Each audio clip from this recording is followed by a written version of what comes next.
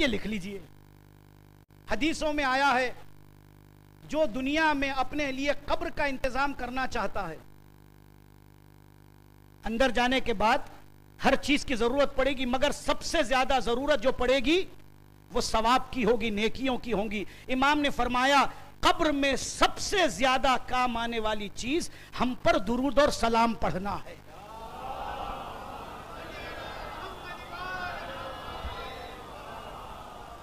روز ایک تسبیح صلوات کی پڑھ دیجئے، کیونکہ صلوات کے لیے ذکر آیا کثرت سے پڑھو.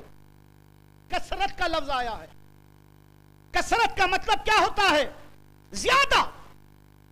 جیسے نماز صبح بھی پڑھ رہے ہیں، دوپہر میں بھی پڑھ رہے ہیں، رات میں بھی پڑھ رہے ہیں، مغرب بھی ہے، عشاء بھی ہے، نافلہ بھی ہے، غفیلہ بھی ہے، شب بھی ہے، ظہر بھی ہے، عصر بھی ہے، فجر بھی ہے، یہ سب چیزیں کثرت.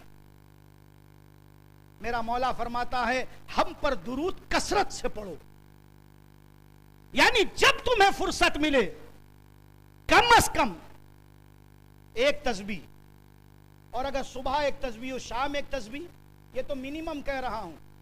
جتنی پڑھ سکتے ہیں صلوات کی تسبیح پڑھیے گا. اس کو یہاں نہیں وہاں کے لیے ذخیرہ کیجیے گا. تو میں نے ان کو کہا پڑھیے. 2-3 چیزیں اور بتائی ان کو، اور آج بتائے جو میں ہمیشہ یہاں بتاتا رہتا ہوں، وقت نہیں ہے.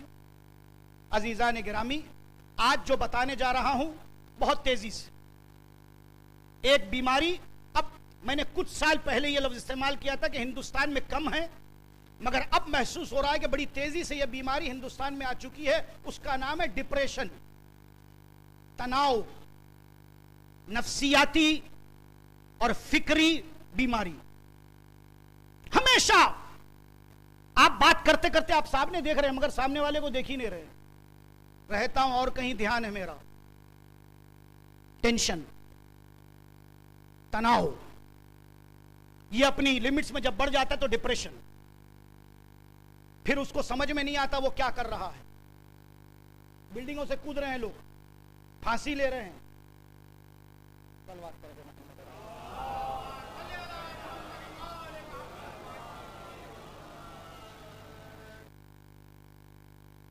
خصوصاً یہ بیماری ڈپریشن کی تیزی سے نوجوانوں میں نفوذ کر رہی ہے.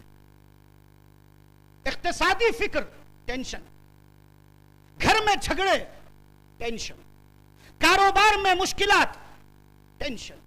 میراث کے جھگڑے، ٹینشن. سیاسی دباؤ، ٹینشن. قبلہ مجلس میں کیا پڑھ دیے کچھ سمجھ میں نہیں آیا، ٹینشن. اب تو قبلہ بھی ٹینشن دے رہی.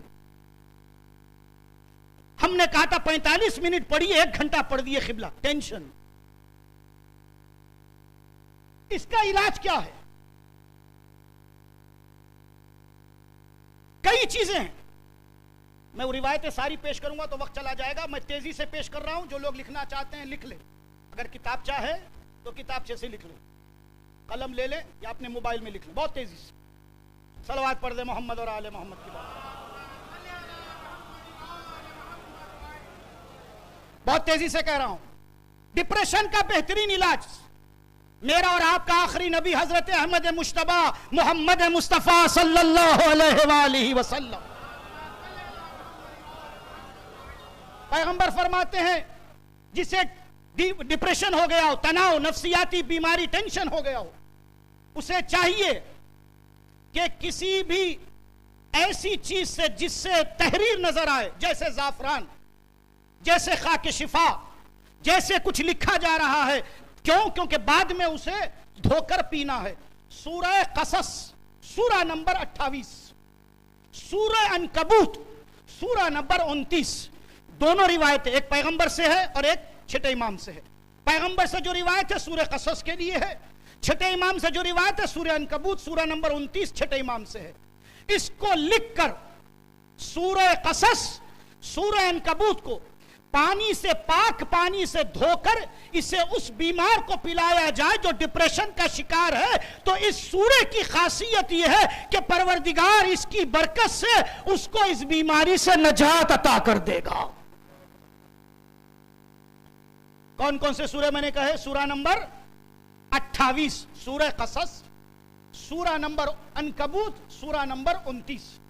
تیسری چیز، اس کو پانچویں امام محمد باقر علیہ الصلوۃ والسلام فرماتے ہیں، بہت تیزی سے میں ساری چیزیں چھوڑا ہوں جو جلدی جلدی بیان کر سکتا ہوں۔ وہی سفید کپڑے پر، خاص طور سے وہ کپڑا پاک پیسوں سے خریدا گیا ہو، حلال کمائی سے، اہمیت ہے۔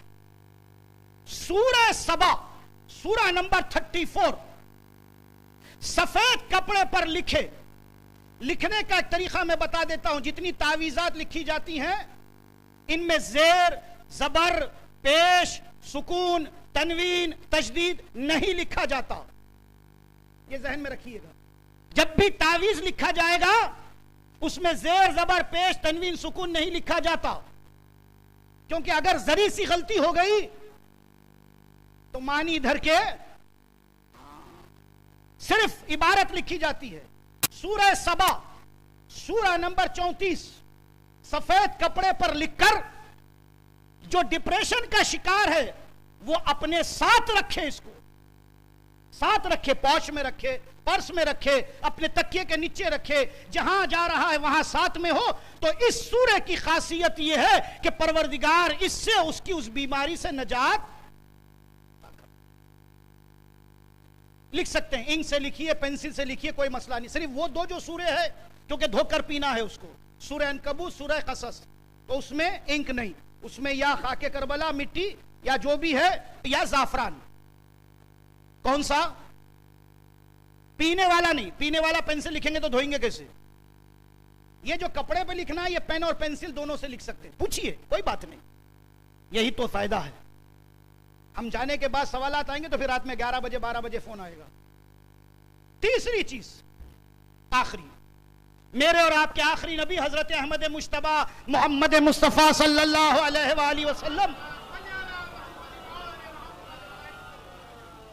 آپ فرماتے ہیں 7 دن تک، 7 days، صبح اور شام 3 times، 7 days 3 times، مارننگ میں 3 اور ایوننگ میں 3۔ سورہ الم نشرح لکا صدرک، سورہ نمبر 94، میں سب لکھ کے لایا ہوں سارے، سورہ نمبر 94، سورہ الم نشرح، صبح 3 مرتبہ، شام 3 مرتبہ، کم از کم 7 دن ریگولر، بغیر ناغے کے، بغیر بیچ میں ڈسٹرب کیے، بغیر چھوڑے، 7 دن تک جو شخص بھی صبح اور شام 3 مرتبہ سورہ الم نشرح پڑھے گا، صبح 3 شام 3، 7 days تک، اس سورہ الم نشرح کی برکت یہ ہے کہ ڈپریشن سے اسے نجات مل جائے گی۔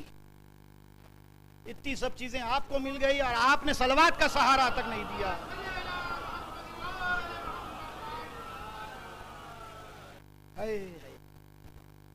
یہی تو ہے مجالس حسین کا صدقہ۔